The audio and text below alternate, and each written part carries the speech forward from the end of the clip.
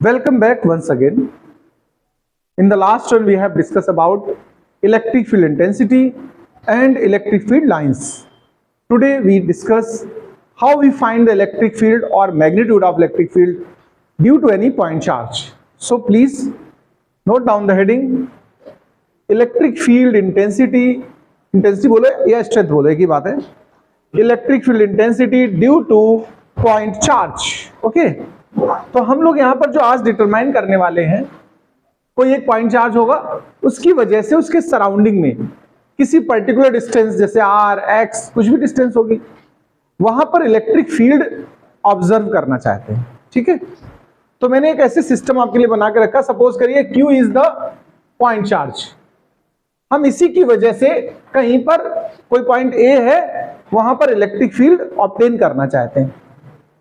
Late कर लिया मैंने कि कोई टेस्ट चार्ज कहीं लाए हैं और यहां ला करके Q0 को पुट किया है और ये डिस्टेंस R है. फिर इस चीज को समझ लो, मैं डायग्राम दोबारा से बनाऊं प्रॉपर तो आप और जान पाएंगे.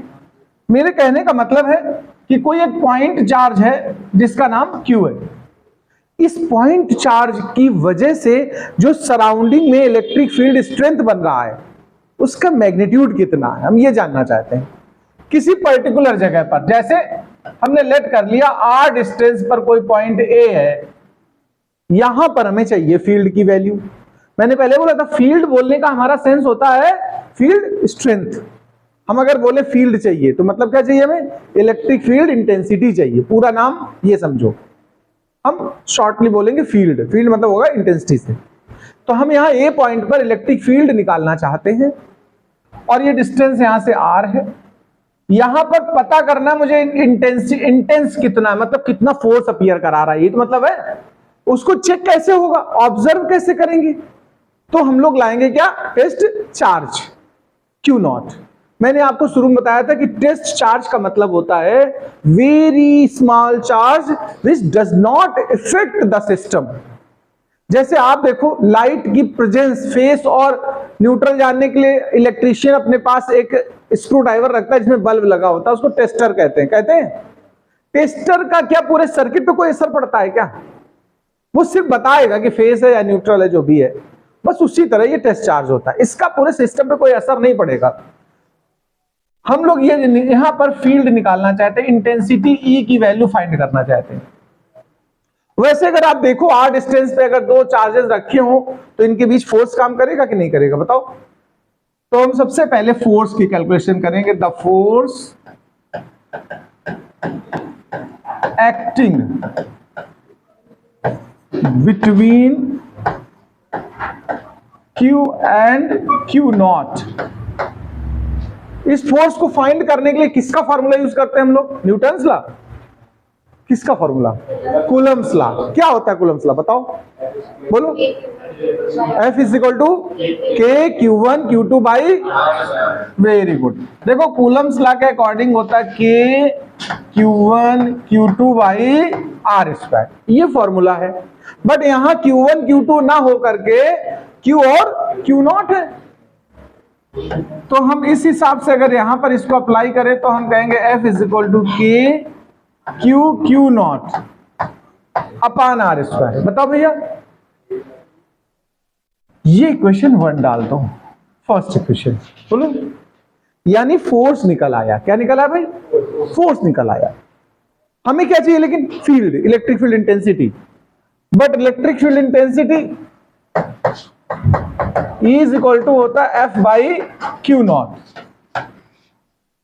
यहां पर आप वो जो F की वैल्यू है ना वो पुट कर दीजिए फ्रॉम इक्वेशन. ये तो फार्मूला सिखा चुका हूं ना मैं आपको. तो कहेंगे फ्रॉम इक्वेशन 1 एंड 2.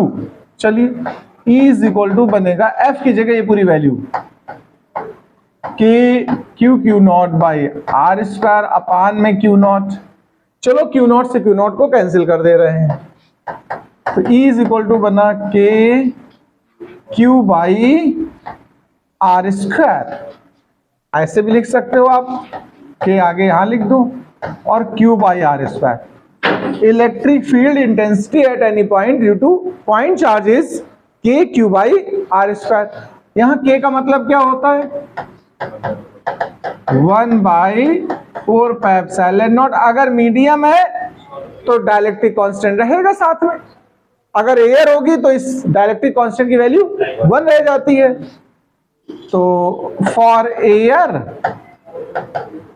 स्मॉल के की वैल्यू रहेगी फिर 1, ये स्मॉल के, ठीक है। तो पहले मीडियम के लिए इसको बोल दें। मीडियम के लिए अगर फॉर्मूला लिखना है तो आप कैसे लिखेंगे, E is equal to 1/4 pi epsilon naught K Q by R square, ऐसे भी लिख सकते हो। देखो ये इसका शॉर्ट स्टाइल है, ये उसको पूरा एक्सपेंड कर दिया। एयर के लिए अगर हम इसी को सॉल्व कर रहे थे तो K हमें क्या लेना है, 1 लेना है इस K को, तो फिर E को हम लोग नाम बदल देते हैं, E नॉट लिख दिया करते हैं। क्या लिख देते हैं, E नॉट। तो ये बन जाएगा 1/4 pi epsilon not Q by R square. Note down. देखो हमेशा आर्टिकल डिराइव करने के उपरांत आपको करना क्या है, यूनिट जरूर लिख देनी। प्रैक्टिस में रखिएगा, कभी डेरिवेशन करें कहीं आए तो आप क्या करें, यूनिट जरूर उसकी डाल दें। तो ये तो हो गया हमारा electric field due to point charge. अब अगले स्टेप पे आते हैं हम लोग। एक टर्म है इलेक्ट्रिक डाइपोल। क्या पढ़ाने वाले हैं हम आपको, हाँ अब हम इस पे बात करेंगे। इलेक्ट्रिक का तो सेंस हमारा चार्ज से रिलेटेड होता है। किससे होता है, चार्ज से रिलेटेड कॉन्सेप्ट। डाई मतलब पता जानते हो क्या होता है, ग्रीक लैंग्वेज में मोनो मतलब 1, डाई मतलब tri, tetra, penta, hexa, hepta, octo, nona, deca, 10 तक गिनती बहुत है, इतनी सीख लो तुम लोग। तो यहां डाइपोल, ये इलेक्ट्रिक डाइपोल सिखा रहे हैं। डाई मतलब 2 पोल्स अगर कहीं बन रहे हो इलेक्ट्रिकली, मतलब चार्ज की हेल्प से। होगा क्या इसमें सुनिए, एक निगेटिव चार्ज होगा और एक पॉजिटिव चार्ज होगा। इन दोनों से जो एक सिस्टम प्रिपेयर हुआ, दोनों का पास पास रख के जो कुछ बना, उसको हम क्या बोलेंगे, इलेक्ट्रिक डाइपोल। डाइपोल इसलिए बोला क्योंकि एक निगेटिव पोल है और एक पॉजिटिव पोल है। इनके बीच के सेपरेशन को आप कुछ भी लेट कर सकते हो, x, d, b, l जो मना है आपका, बट 2l में लेट कर रहा हूं। मैं क्या लेट कर रहा हूं, इनका सेपरेशन लिख रहा हूं 2l। ये a पॉइंट है मान लो, ये b है और सेंटर o है। आप एक क्वेश्चन हमसे पूछ सकते हो कि sir why you are chosen 2l, 2l ही क्यों लिया आपने, 3l ले लेते या सिंपल l रखते। मैं इसका रीजन बता दूं, केवल कैलकुलेशन को आसान बनाए रखना हमारा एम है। आगे जब मैं डेरिवेशंस करूंगा तो आप जान पाएंगे कि 2l से फायदे क्या क्या है। जैसे अगर l लेते बाय द वे और डिस्टेंस हमेशा बीचों बीच से ली जाती है, तो आधा लेना पड़ता तो कितना होता है, l/2। कभी स्क्वायर करना पड़ेगा तो l²/4, कहीं कहीं क्यूब करना पड़ता तो l³/8। फालतू में एक फ्रैक्शन आ जाएगा नीचे डिवीजन में और आपकी कैलकुलेशन के लिए वो प्रॉब्लम क्रिएट करेगा। इसलिए हमने जानबूझ के 2l लिया। तो आधा डिस्टेंस लोगे तो कितना लोगे, l, स्क्वायर करोगे l², क्यूब करोगे तो l³, फ्रैक्शन से बच जाओगे। बस इस वजह से सेपरेशन कितना लिया, 2l। तो चलो पहले इलेक्ट्रिक डाइपोल की डेफिनेशन लिखेंगे। लिखिए, when two equal but opposite charges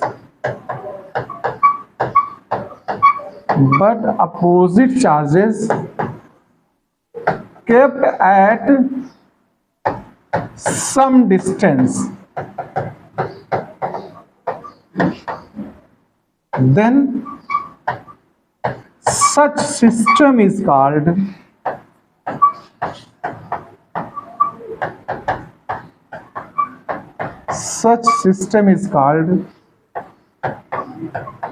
electric dipole. अब बात आती है, ये तो इलेक्ट्रिक डाइपोल हो गया।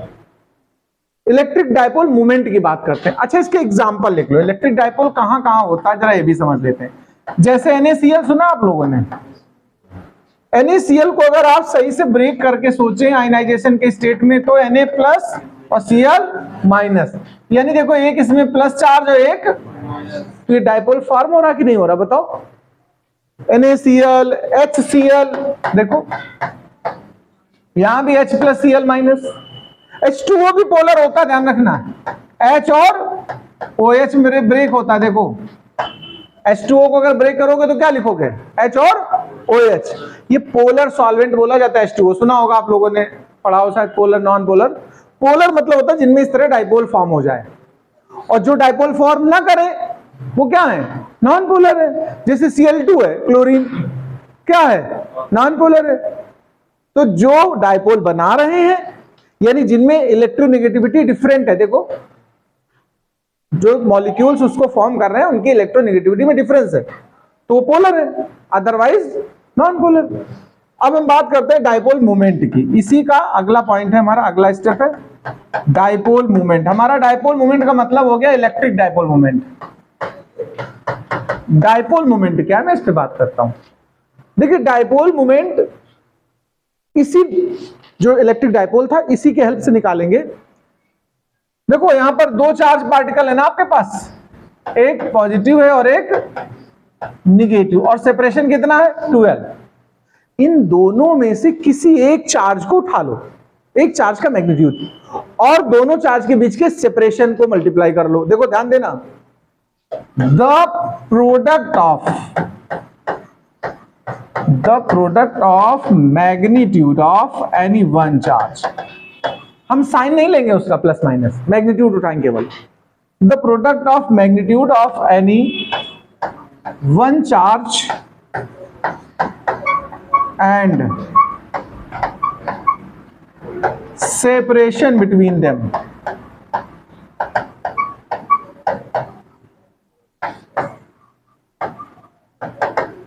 is called electric dipole moment।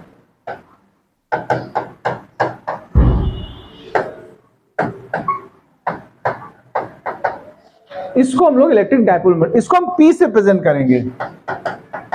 It is denoted by P।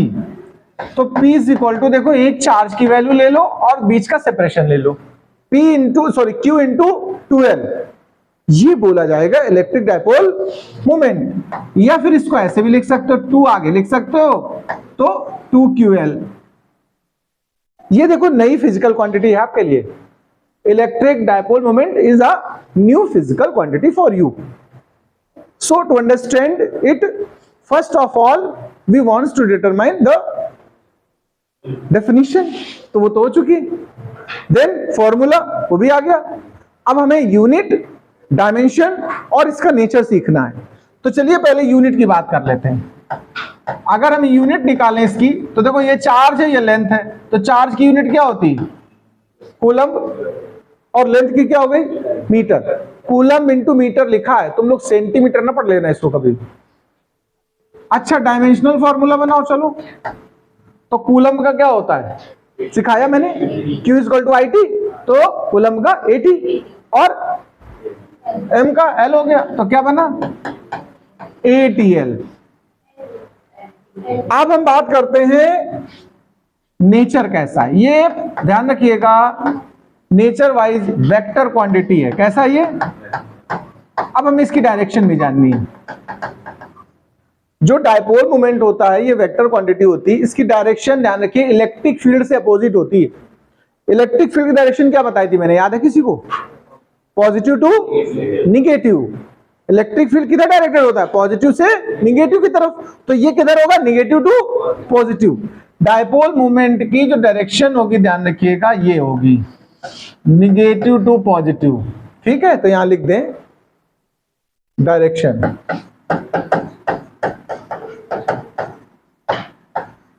From negative charge to positive charge.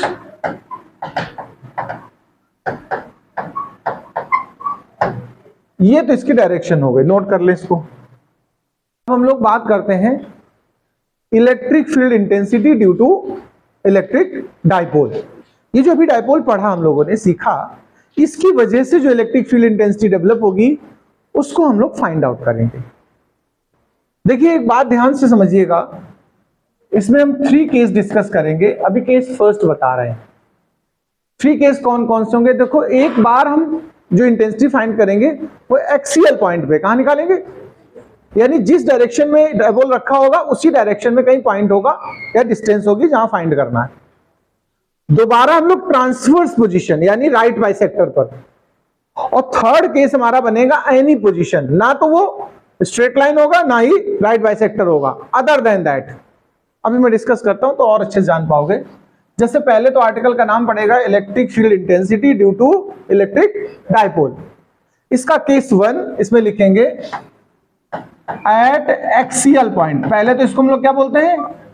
Axial point. इसके नाम में समझ लेना, अलग अलग डिफरेंट नाम से आता है, और आप कंफ्यूज हो गए तो कुछ और कर जाएंगे। देखो, अगर एक्सियल आएगा तब तो आप इजीली समझ जाओगे। इसी का दूसरा नाम सुनिएगा ध्यान से, लॉन्गिट्यूडिनल पॉइंट। क्या बोलेंगे इसको हम लोग? इसका दूसरा नाम है लॉन्गिट्यूडिनल पॉइंट कह दो, पोजीशन कह दो, कुछ भी कह दो। फिर अगला हमारा है नॉन इक्विटोरियल, ध्यान रखिएगा, नॉन इक्विटोरियल पॉइंट, या फिर एक और नाम है इसका, ध्यान रखना, इसको बोलते हैं हम लोग लॉन्गिट्यूडिनल हो गया, हाँ इसको बोलेंगे हम लोग इंड ऑन पोजीशन। क्या कहेंगे? इंड ऑन पोजीशन कह दो या इंड ऑन साइड। देखो टोटल 4 नेम है। इस आर्टिकल को डिराइव करना है तो पहचान समझ लें, इनमें किसी एक नाम से आपसे एग्जाम में पूछा जाएगा, और ये इंपॉर्टेंट है। ज्यादातर टीचर लोग ये वाला नाम लिखना पसंद करते हैं। कौन सा? Non equatorial. और यहां पर बच्चे गड़बड़ कर देते हैं, वो इक्विटोरियल निकाल देंगे। 2 केस कराऊंगा मैं, नॉन इक्विटोरियल बाद फिर हम कराएंगे इक्विटोरियल। तो इसको ध्यान रखना कि कौन से नाम से कौन सा केस समझना है तुम्हें। इसके टोटल 4 नेमिंग है। चलो अब हम डेरिवेशन समझाते हैं। देखो, हम सबसे पहले बनाते हैं डायपोल। मैंने कहा कि हमारे पास 2 पॉइंट चार्जेस होंगे, इनके बीच का सेपरेशन हम लोग कितना लेट कर लेते हैं बताओ? अच्छा 12। और ये बीच का जो सेंटर, इसको हम लोग ओ नाम दे देते हैं। इस पॉइंट का नाम ए होता है और इस वाले पॉइंट का नाम बी। यहां पर जो चार्ज होता है उसको माइनस क्यू कहते हैं, और यहां वाले चार्ज को हम प्लस क्यू। देखो, हम लोग यहां पर इंड ऑन या फिर एक्सियल बोल रहे हैं, तो ये जो डाइपोल है वो एक्स एक्सिस पे रखा कि नहीं रखा बताओ? तो जो पॉइंट ऑफ ऑब्जर्वेशन होगा वो भी कहां होगा? एक्स एक्सिस पर ही होगा, इसलिए इसका नाम है एक्सियल। ध्यान से समझना, एक्सियल मतलब जिस एक्सिस पे डाइपोल है उसी एक्सिस पे पॉइंट चूज किया मैंने। और जो पॉइंट चूज किया है आपने, उसकी डिस्टेंस ध्यान रखिएगा। मैंने कहा हमेशा डिस्टेंस कहां से मेजर करेंगे हम? डाइपोल के सेंटर से। तो यहां से इस वाले पॉइंट की डिस्टेंस अगर आप मेजरमेंट करोगे तो उसे हम नाम देंगे कितना? आर। क्या नाम देंगे? आर। ध्यान रखिएगा। जबकि ये हिस्सा कितना होगा और ये कितना होगा? टोटल 12 कहा था, तो ये एल और एल होगा कि नहीं? बहुत आराम से अच्छे समझिएगा, इसमें कोई जल्दीबाजी नहीं है, ठीक है? एक बार में अगर प्रॉपर समझ में आ जाएगा तो आपका टाइम बचेगा, इसलिए हम जल्दी नहीं कर रहे हैं। अब मेरी बात ध्यान से समझना, ये निगेटिव चार्ज है कि नहीं? ये पॉइंट चार्ज है, एक ये पॉइंट चार्ज पॉजिटिव वाला है। अगर हम थोड़ी देर डाइपोल को भूल जाएं कि डाइपोल है, तो हम कह सकते हैं देयर आर 2 पॉइंट चार्जेस। ये नहीं कह सकते आप बताओ? तो फर्स्ट पॉइंट चार्ज जो माइनस क्यू है, इसकी वजह से यहां फील्ड डेवलप होगा कि नहीं डेवलप होगा बताओ? और फिर प्लस क्यू की वजह से भी फील्ड होगा, और दोनों फील्ड का जो रिजल्ट होगा वही हमें फाइंड करना है। भाई देखो, 2 पॉइंट चार्ज है ना यहां पर, दोनों का इफेक्ट उस जगह काम करेगा कि नहीं करेगा बताओ? माइनस क्यू का इफेक्ट यहां आएगा, उससे कोई फील्ड निकलेगी उसको E1 कह देंगे, प्लस क्यू से जो फील्ड निकलेगी उसको E2 कह देंगे। फिर दोनों का रिजल्ट निकाला जाएगा, तभी तो नेट रिजल्ट बनेगा। तो हम सबसे पहले जो डिराइव करते हैं किसके लिए करने वाले हैं? For minus Q charge. किसके लिए निकाल रहे हैं? माइनस क्यू चार्ज की वजह से, और उस फील्ड का नाम दे दिया मैंने E1। क्या नाम दे दिया? अब ये पॉइंट चार्ज है, ध्यान देना। तो फार्मूला कौन सा लगेगा? Electric field due to point charge. और electric field due to point charge का फार्मूला हमने पीछे क्या निकाला? अभी देखो, याद करो, के क्यू बाई आर स्क्वायर। याद है? तो देखो ध्यान देना प्लीज, के क्यू साइन नहीं लेना है, प्लस से या माइनस से मतलब नहीं हमारा, जो है केवल मैग्नीट्यूड लेना। और यहां से डिस्टेंस लेनी तुम्हें, देखो इस जगह से उसका स्क्वायर, तो ए और पी, एपी का स्क्वायर इस्तेमाल होगा यहां पर। आर मतलब था डिस्टेंस, तो यहां डिस्टेंस चार्ज की उस पॉइंट से कितनी है, एपी। एपी का मतलब कितना, जरा देखो, एपी मीनिंग क्या है, जरा देखो वहां पर, यहां तक कितना है आर, और इतना एक्स्ट्रा है, तो क्या हुआ आर प्लस एल, एपी यही तो इस्तेमाल होगा। तो देखो इवन क्या निकल के तैयार हुआ आपका, K Q by R plus L का स्क्वायर। अच्छा एक बात सुनना, डायरेक्शन भी तो देख ले, इलेक्ट्रिक फील्ड तो वेक्टर क्वांटिटी है ना, हमें उसकी डायरेक्शन भी चाहिए। डायरेक्शन किधर होती है जरा ये भी समझना। ये कैसा चार्ज है, निगेटिव। निगेटिव के लिए डायरेक्शन किस तरफ बताई थी मैंने, याद है किसी को, पॉजिटिव से अवे और निगेटिव के टुवर्ड्स, ये तो सिखाया था मैंने। डायरेक्शन होती पॉजिटिव टू निगेटिव। तो ये चार्ज कैसा है, निगेटिव है या पॉजिटिव, तो इसके लिए जो इवन होगी यहां पर उसकी डायरेक्शन किस तरफ बनेगी, जिस तरफ चार्ज है, टुवर्ड द चार्ज। समझ रहे हो ना बात को, ये पीछे मैं बता भी चुका हूं। तो इसकी डायरेक्शन इवन हो गई इनवर्ड। तो यहां डायरेक्शन के बारे में चाहो तो इस जगह लिख दो, टुवर्ड चार्ज। अच्छा यही स्टाइल हम अब किसके लिए सॉल्व करने वाले हैं, प्लस क्यू के लिए। तो हम कहेंगे due two plus Q charge. यहां ड्यू टू मतलब किस चीज को निकाल रहे हैं, फील्ड को निकाल रहे हैं, इलेक्ट्रिक फील्ड। पूरा नाम ऐसे लिखना चाहिए मुझे, electric field due two plus Q charge. अब इसकी प्रेजेंस की वजह से हम लोग निकालेंगे इलेक्ट्रिक फील्ड। तो देखो स्टाइल वही रहेगा, E2 बोल देंगे इस बार, के क्यू बाई आर, आर इस बार क्या होगा बीपी। अब बीपी कितना जरा देखो, बी से पी तक की डिस्टेंस देखो, इतना आर था उसमें से इतना कम हो गया एल, और तो फिर क्या हो गया आर माइनस एल। ये यहां इस्तेमाल होगा बीपी के प्लेस पे। तो E2 इज इक्वल टू के आर माइनस एल स्क्वायर। यहां भी डायरेक्शन से देखो, पॉजिटिव चार्ज जिस तरफ होता है ना, फील्ड का एरो उससे उल्टी साइड बनता है। तो यहां पर आउटसाइड बनेगा, इधर को E2 बनेगा, क्योंकि चार्ज हमारा इस साइड रखा हुआ है। इतना समझ गए हो वैसे। अब हम लोग नेट फील्ड निकालेंगे, क्या भाई, दोनों फील्ड अपोजिट है एक दूसरे से, तो रिजल्ट कैसे निकलना चाहिए, नेट कैसे निकलना चाहिए, ऐड होके या सब्ट्रैक्ट होके, बताओ। सब्ट्रैक्ट, अपोजिट है ना, दो चीजें अगर अपोजिट होंगी तो रिजल्टेंट कैसे बनता है, दोनों को आपस में सब्ट्रैक्ट करते हैं। लेकिन कौन सा किससे सब्ट्रैक्ट होगा ये भी सोचना है आपको। तो हाइयर टू लोअर, जो ग्रेटर वैल्यू वाली होगी उससे छोटी वाली को सब्ट्रैक्ट करेंगे। अब पहचानो जरा कौन सी ग्रेटर है, E1 ग्रेटर होगी कि E2 ग्रेटर होगी। ध्यान रखना जो फील्ड होता है ना वो डिस्टेंस की स्क्वायर के इनवर्सली होता है। अभी पॉइंट चार्ज का फार्मूला सिखाया कि नहीं, देखो Q by R square, E की वैल्यू कैसी होती है 1/r स्क्वायर। अगर डिस्टेंस ज्यादा तो फील्ड कम। अच्छा एक बात बताओ, ये जो P है वो माइनस से दूर है कि प्लस वाले से दूर है, माइनस से ज्यादा डिस्टेंस है। तो जो माइनस वाली फील्ड है वो डिस्टेंस ज्यादा है तो फील्ड कम। माइनस वाली फील्ड कौन सी थी, E1, E1 छोटा है, इसका मतलब जो पास में है उसकी फील्ड ज्यादा। भाई जो पास में होगा वही ज्यादा इफेक्ट डालेगा कि नहीं, बताओ। तो फिर हम लोग यहां क्या निकालेंगे, E2 माइनस E1। तो नेट इलेक्ट्रिक फील्ड निकालने से हम लोग कैसे कर रहे हैं, E is equal to E2 minus E1। आओ रखते हैं E2 माइनस E1। E2 है K Q by R minus L का स्क्वायर, ये तो E2 था, और E1 क्या था, K Q by R plus L का स्क्वायर। आओ सिंप्लीफाई करते हैं इसको, के और क्यू कॉमन है कि नहीं बताओ, R minus L square minus 1/r plus L square. चलो इसको एलसीएम ले लेते हैं जरा।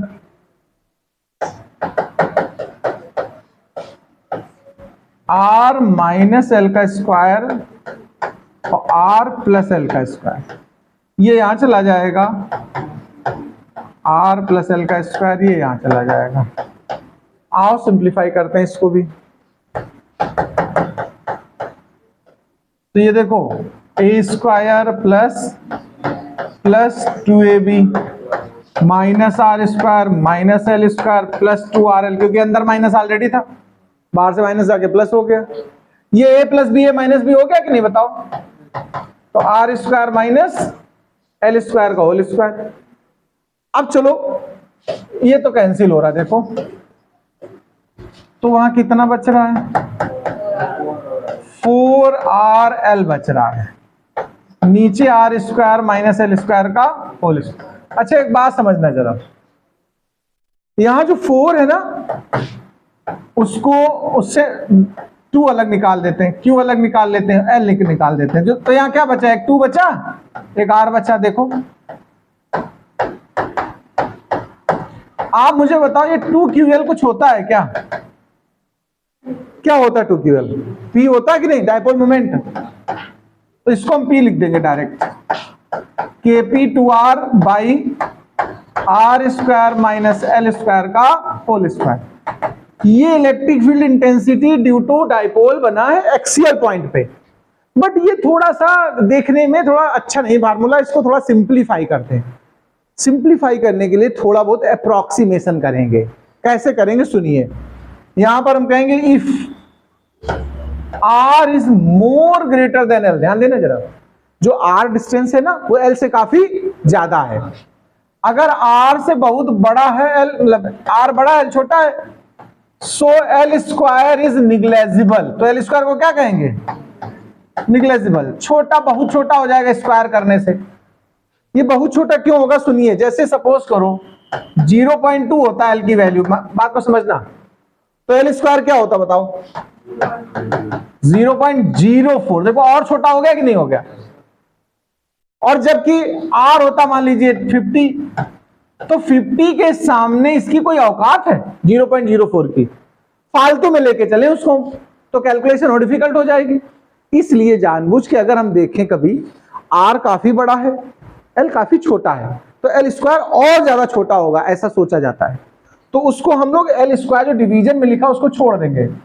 तो अब देखो क्या बना फॉर्मूला हमारा, kp2r बाई, देखो एल स्क्वायर तो लीव कर दिया आपने या 0 लेट कर लिया, तो r की पावर 4 आ गया सीधा सीधा। r की पावर 4 में से एक पावर कैंसिल हो गई, तो क्या बन के प्रिपेयर हुआ? देखो k2p बाई r क्यूब। बोलो बच्चा लोग, इसी को हम ऐसे लिख सकते हैं। k का मतलब क्या था? 1/4 2p बाई r क्यूब। बोलो यूनिट क्या होगी?